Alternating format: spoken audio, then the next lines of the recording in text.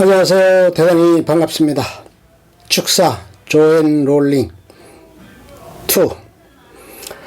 저는 코딱지만한 제 사무실에서 독재 정권하에서 탄압받는 사람들이 서서히 시퍼런 권력의 눈을 피해 몰래 밀반출한 편지들을 읽었습니다. 목숨을 걸고 자기 나라의 상황을 바깥 세상에 알리려고 애쓰는 사람들이 다급하게 손으로 휘갈겨 쓴 편지들이었습니다.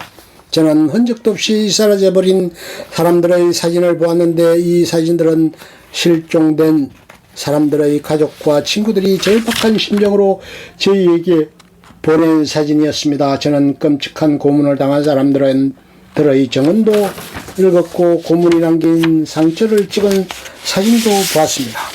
저는 적결 심판과 처형, 납치와 강간 등에 대해 증인들이 직접 쓴 기록도 읽었습니다. 제 동료 가운데는 과거에 정치범이었던 사람들이 많이 있었습니다. 이들은 단지 권력자와 다른 의견을 표명할 용기가 있다는 이유로 삶의 터전에서 추방당하고 망명한 이들이었습니다. 우리 사무실을 찾아온 사람들 가운데는 정보를 제공하려는 사람들도 있었고 고국에 남겨둔 가족 친지나 친구들이 어떻게 되었는지를 알아보려는 이들도 있었습니다. 그 가운데 저는 고문당한 한 아프리카인을 절대로 잊을 수가 없습니다. 그런 당시 제 나이보다 많지 않았고 고국에서 겪은 고통의 후유증으로 정신질환을 앓고 있었습니다. 그는 자신에게 가해진 폭력에 대한 증언을 카메라에 녹화하는 동안 끔찍한 기억에 대한 두려움에 몸을 부들부들 떨었습니다. 그는 저보다 키가 30cm가량 컸는데 마치 아이처럼 나약한 모습을 하고 있었습니다. 정원 녹화를 마치고 저는 그를 지하철까지 안내해 주었고 잔인 무도한 정권의 삶이 산산이 조각난 이 젊은이는 깍듯이 예절 바르게 제게 악수를 청했고 작별 인사를 했습니다. 한 번은 텅 빈 사무실 복도를 걷고 있는데 갑자기 문이 닫힌 어느 사무실에서 고통과 두려움에 찬 비명소리가 흘러나왔습니다. 저는 그렇게 고통스러운 비명소리는 들어본 적이 없었습니다. 그 소리는 아마 제가 죽을 때까지 잊지 못할 겁니다. 그런데 그 비명소리가 흘러나오는 사무실 문이 열리고 연구직 여직원이 머리를 문 밖으로 내밀더니 따뜻한 음료를 갖다 달라고 했습니다. 그녀가 비명을 지른 그 청년에게 막 비보를 전했던 겁니다. 그가 고국의 정권에 대해 거침없이 비판을 한 데 대한 보복으로 정권이 그의 어머니를 처형한 것입니다. 20대 초반에 그 일을 하면서 저는 하루도 빠짐없이 제가 얼마나 행운아인지 절실히 느꼈습니다. 민주주의적 절차에 따라 선출된 정부가 나라를 통치하고 국민 누구나 법적 대리인을 선정하고 공개재판을 받을 권리가 있는 나라에서 살고 있다는 것이 얼마나 행운인지를 말입니다. 매일매일 저는 권력을 얻고 유지하기 위해 인간에게 얼마나 극악무도한 폭력을 가하는지 그 증거를 보았습니다. 제가 보고 듣고 읽은 이런 끔찍한 내용들 때문에 저는 말 그대로 악몽까지 꾸기 시작했습니다. 그러나 동시에 저는 국제사면위원회에서 일하는 동안 인간의 선한 면에 대해 이전보다 더 많이 알게 되었습니다. 국제사면위원회에서 일한 수천 명의 직원들은 그들 자신은 10년 때문에 고문을 당하거나 투옥된 경험이 없지만 그런 고통을 겪는 사람들을 위해 일하고 있습니다. 우리에게는 인간적인 공감을 바탕으로 함께 힘을 모아 위기에 처한 생명을 구하고 속박당한 사람들에게 자유를 되찾아주는 놀라운 힘이 있습니다. 편안하고 안정된 삶이 보장된 보통 사람들이 힘을 모아서 자신들이 알지도 못하고 평생 만난 일도 없을 사람들을 구하려고 했습니다. 그러한 일에 조금이나마 제가 도움이 되었다는 사실은 제가 한 그 어떤 경험보다도 저 자신을 겸허하게 만들고 고무시켜 주었습니다. 지구상의 다른 생물들과는 달리 인간은 직접 경험하지 않은 것을 배우고 이해하는 능력이 있습니다. 인간에게는 타인의 마음을 읽고 타인의 처지에 자신을 놓아 이해할 능력이 있습니다. 물론 제 소설 세계 가상의 마법의 힘과 마찬가지로 이는 도덕적으로 중립성을 띈 능력입니다. 어떤 이는 이러한 능력을 다른 사람을 이해하거나 궁금하는 데 쓰기보다는 다른 사람을 자기 마음대로 통제하고 조정하는 데 쓸지도 모릅니다. 많은 사람들이 자신이 가진 이러한 상상력을 전혀 사용하지 않고 사는 편을 택합니다. 이들은 자신이 직접 경험한 세상의 경계선 안에서 편안하게 사는 편을 택하고 자신이 지금과 다른 환경에서 태어났다면 어땠을지 느껴보려고 애쓰지도 않습니다. 그들은 비명소리를 듣지 않으려고 귀를 틀어막고 속박당한 이들이 갇혀있는 감옥을 들여다보려고도 하지 않습니다. 그들은 자신의 삶에 직접 영향을 미치지 않는 한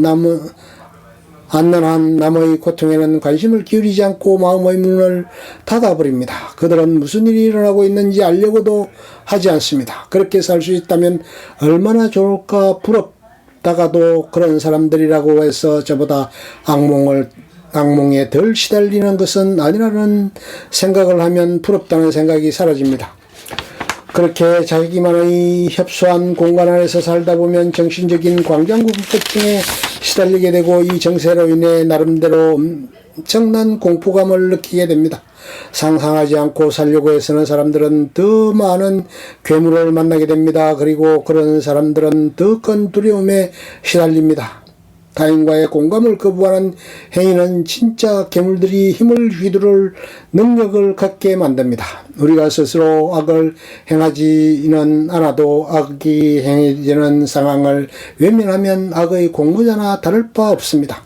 18살 때 그때는 딱 꼬집어 말할 수 없었던 그 무엇을 찾기 위해 제가 발을 들여놓은 고전문학부 건물 복도 끝에서 제가 얻은 수많은 깨달음 가운데 하나는 그리스 저자인 플루타르크의 바로 이 구절입니다. 우리가 내 눈에서 성취하는 것이 우리 외부의 현실을 바꾸어 놓을 것이다. 정말 놀라운 구절입니다만 이 말의 진리는 우리 일상생활에서도 매일 수없이 증명되고 있습니다. 이 구절은 우리와 바깥 세상이 연결되어 있음은 피할 수 없는 현실이고 우리는 그저 우리가 존재한다는 사실만으로도 다른 사람의 삶에 영향을 미친다는 뜻입니다. 그러면 오늘 하버드를 졸업하는 여러분들은 다른 사람들의 삶에 얼마나 영향을 미치게 될 것 같습니까?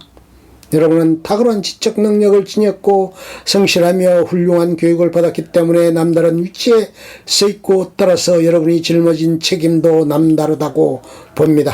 여러분의 국적조차도 여러분을 남다른 위치에 서게 합니다. 여러분 가운데 대다수는 세계 유일한 강대국의 국민입니다. 여러분이 행사하는 투표권, 여러분이 삶을 사는 방식, 여러분이 정부에 압력을 넣고 저항하는 방식은 미국 국경을 넘어 멀리까지 영향을 미칩니다. 바로 이 사실이 여러분이 가진 특권인 동시에 짊어져야 할 책임이기도 합니다.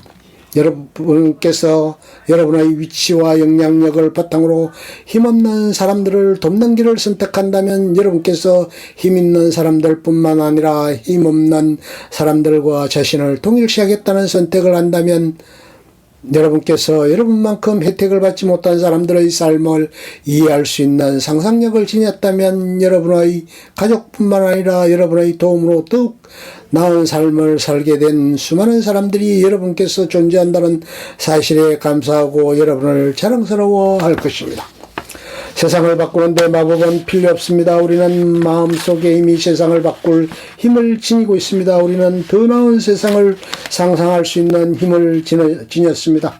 오늘 제가 여러분에게 드릴 말씀이 거의 끝나갑니다. 여러분께 제가 바라는 것은 한 가지 더 있습니다. 그것은 제가 21살 때 이미 갖고 있던 것입니다. 졸업식 날 제 곁에 있었던 친구들이 지금까지 평생 친구로 남아 있습니다. 그들은 제 아이의 대부와 데모가 되어줬고 공경에 처할 때마다 제가 도움을 청할 수 있었던 친구들입니다. 제 소설 속의 악당들의 이 친구들의 이름을 따서 지었는데도 저를 법적으로 고소하지 않을 정도로 너그러운 친구들입니다. 졸업식 날 우리는 다시 오지 않을 학창시절을 함께한 소중한 경험으로 똘똘 뭉쳐 우리의 끈끈한 우정을 확인했습니다. 우리들 중에 누군가가 훗날 영국 수상자리에 오른다면 그날 같이 찍은 사진이 요긴하게 쓰일 것이라는 계산도 하긴 했습니다. 그래서 저는 오늘 여러분께 제가 지금까지 지녀온 우정 못지않은 우정을 간직하기를 바랍니다. 내일이 오고 여러분께서 오늘 제가 드린 말씀 가운데 한마디도 기억하지 못하시더라도 세네카가 한 말만큼만은 꼭 기억하시기 바랍니다. 세네카는 제가 직장에서의 성성장구라는 목표를 내팽개치고 고대 현인들의 지혜를 찾아 고전문학부 복도를 내다를 때 마주쳤던 로마 현인 가운데 한 분입니다. 세네카는 이렇게 말했습니다. 이야기에서 중요한 것은 이야기의 길이가 아니라 그 내용이 얼마나 훌륭한가 하는 점이다. 인생도 마찬가지다. 여러분께서 내면이 충실한 삶을 살기를 기원합니다. 감사합니다.